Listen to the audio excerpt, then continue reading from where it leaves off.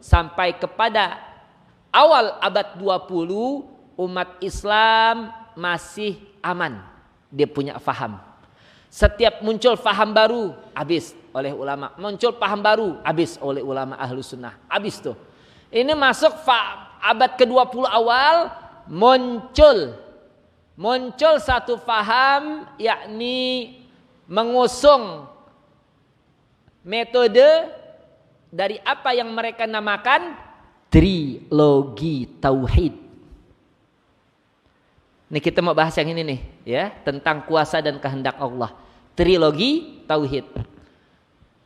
Jadi bagi faham baru tersebut dibilang tauhid itu ada 3. Ada uluhiyah, ada rububiyah, ada asma was sifat. Ya, saya sudah sampaikan, kita bahas lagi. Uluhiyah, rububiyah, asma was sifat. Kita Ahlus Sunnah uluhiyah rububiyah dari sejak zaman Al-Imam ya At-Tabari memang kita gunakan uluhiyah dan rububiyah. Tapi istimal syar'i, penggunaan dalam syariat sama. Perbedaannya hanya dalam makna kebahasaan. Perbedaannya. Ilah apa ilah? Uluhiyah. Uluhiyah itu dari kata ilah. Jadi kalau kita sebut ilahi las tulil firdausi ahlan. Ilahi, Tuhanku. Ilah di sini uluhiyah yang kemudian dikonsepkan sebagai uluhiyah adalah Allah sebagai zat yang wajib disembah, yang dimurnikan, dibersihkan segala ibadah dari menyekutukan Allah Subhanahu wa taala. Itu makna uluhiyah. Naam. Kita terima itu. Kemudian ada disebut dengan rububiyah. Rububiyah itu dari kata Rabb. Kita juga pakai ya Rabbi bil Mustafa balligh maqasidana. Rabb. Ya Rabb artinya apa? Ya Tuhanku. Sama ya Rabb, ya Ilahi, ya Rabbi. Sama, kita tidak bedakan itu. Nah hadirin. Jadi uluhiyah, rububiyah dalam penggunaannya, pemahamannya di dalam syariat itu sama. Allah sebagai Tuhan yang disembah, dimurnikan segala ibadah kepadanya, dan Allah sebagai Tuhan yang mencipta, mengatur, memelihara alam semesta. Itu dua kesatuan yang tidak dapat dipisah-pisahkan. Rabb ya ilah, ilah ya Rabb. Demikian. Ya, sebagai bukti, Nabi kalau udah nyebut Rabb, Nabi nggak perlu mengulang ilah. Nabi kalau sudah menyebut ilah, tidak perlu mengulang Rabb. Contoh, Munkar Nakir bertanya, "Mar Rabbuka?" Apakah kemudian Munkar Nakir bertanya lagi, "Wa man ilahuka?" Tidak. Mar Rabbuka selesai. Kemudian penggunaan ilah. Bunyal Islamu ala khamsin. Syahadati an la ilaha illallah. Pakainya ilah. Apakah kemudian Nabi mengulang? Ya, wa an la rabba illallah. Enggak usah. Ilah ya Rabb, Rabb yang ilah. Yang kita maksud Tuhan, yang kita maksudkan Tuhan pasti Allah. Karena tidak ada Tuhan selain Allah. Itulah akidah Ahlus Sunnah. Tapi ini faham baru dia mau bagi. Tauhid udah mengesahkan, jangan dibagi. Tauhid artinya mengesahkan Allah. Jadi jangan dibagi-bagi. Mereka hendak membagi. Tauhid jadi 3 dibagi. Kalau kita nggak ada pembagian tauhid, yang ada pembagian ilmu tauhid. Beda. Pembagian ilmu tauhid dan pembagian ilmu tauhid beda. Kalau dalam akidah Ahlussunnah wal Jamaah, ya, yang disebut pembagian ilmu tauhid, ilahiyat, nubuwat, sam'iyat. Ilahiyat berarti mempelajari sifat wajib bagi Allah, yang mustahil, yang jaiz. Nubuwat berarti sifat wajib bagi Nabi, sifat yang mustahil dan yang jaiz. Sam'iyat artinya segala apa yang diterima di dalam Al-Quran dan dari hadis Nabi SAW yang sifatnya kita mendengar kemudian kita imani. Segala apa yang datangnya dari Al-Quran dan sunnah. Itu yang disebut dengan ilahiyat, nubuwat, dan sam'iyat. Itu metode Ahlus Sunnah wal Jamaah. Kalau ini faham baru tidak. Apa dibilang? Abu Jahal itu dia juga bertauhid. Abu Jahal musyrik bukan? Musyrik, na'am. Jelas nyembah berhala musyrik. Tapi menurut faham ini Abu Jahal itu pun bertauhid. Kalau kita tanya alasannya apa, Bang? Dia baca itu. Dia baca ayat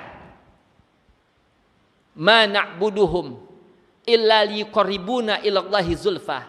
Kami tidak menyembah berhala, tidaklah kami menyembah patung-patung berhala-berhala tersebut, melainkan berhala-berhala tadi sebagai sesuatu yang dapat mendekatkan kami kepada Allah. Pertanyaan, apakah benar? Apakah diucapkan dengan kejujuran? Jadi ini paham baru, dia salah paham. Yang paling mudah kita mengajarkan orang yang belum paham. Tentu yang paling sulit kita mengajarkan orang yang salah paham. Apalagi gagal paham. Paling susah.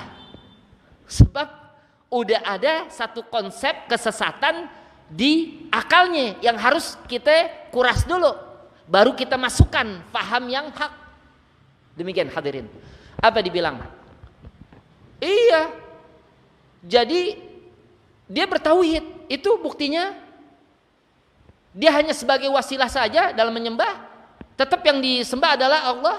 Yang pertama. Dalil kedua yang mereka kemukakan, wa in sa'altahum man khalaqas samawati wal arda la yaqulunna Allah.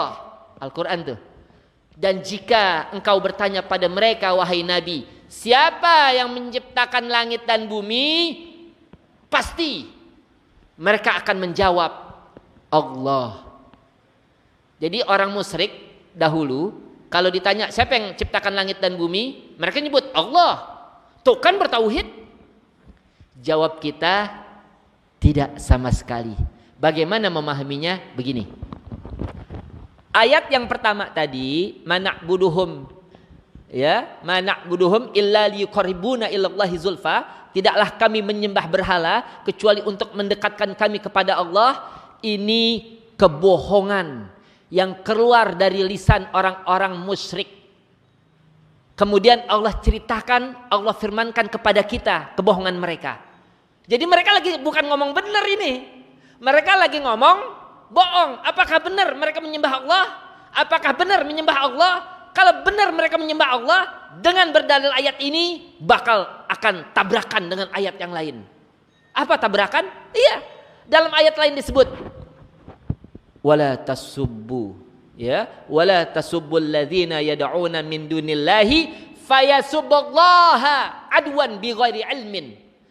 Dan jangan kalian mencaci maki. Ini Al-Quran. Jangan kalian mencaci maki sembahan mereka, Tuhan-Tuhan mereka dari selain Allah. Jangan mencaci maki berhala-berhala mereka. Ya, nanti kalau berhalanya dicaci maki, mereka akan mencaci maki Allah kelewatan batas tanpa ilmu. Mencaci Allah. Fayasubullaha adwan bighairi ilmin. Kalau benar mereka menyembah Allah, bagaimana mungkin mereka mencaci Allah? Kalau benar mereka menyembah Allah, berhala hanya sebagai wasilah, berhala hanya sebagai perantara, bagaimana mungkin mereka mencaci Allah? Tabrakan gitu? Tabrakan ini ayat. Berarti dia ngomong bohong. Lah, ayat yang kedua kalau ditanya siapa yang menciptakan langit dan bumi, mereka menyebut Allah. Itu jawaban kepepet yang keluar dari lisan orang musyrik. Kenapa? Sebab kalau dibilang Hubal yang ciptain langit, diketawain orang itu. Patung ciptain langit, kif. Jadi Allah telah nyatakan, la ikraha fiddin. Orang musyrik yang udah membatu dia punya hati, kita bilang 1 tambah 1 2. Ada orang nggak percaya, orang gak nerima 1 tambah 1 2. Ya biarin, terserah dia. Walau dia nggak terima 1 tambah 1 2, tapi dia yakin nggak 1 tambah 1 2? Yakin, nggak perlu dipaksa. Makanya la ikraha fiddin, nggak ada paksaan dalam memasuki agama Islam.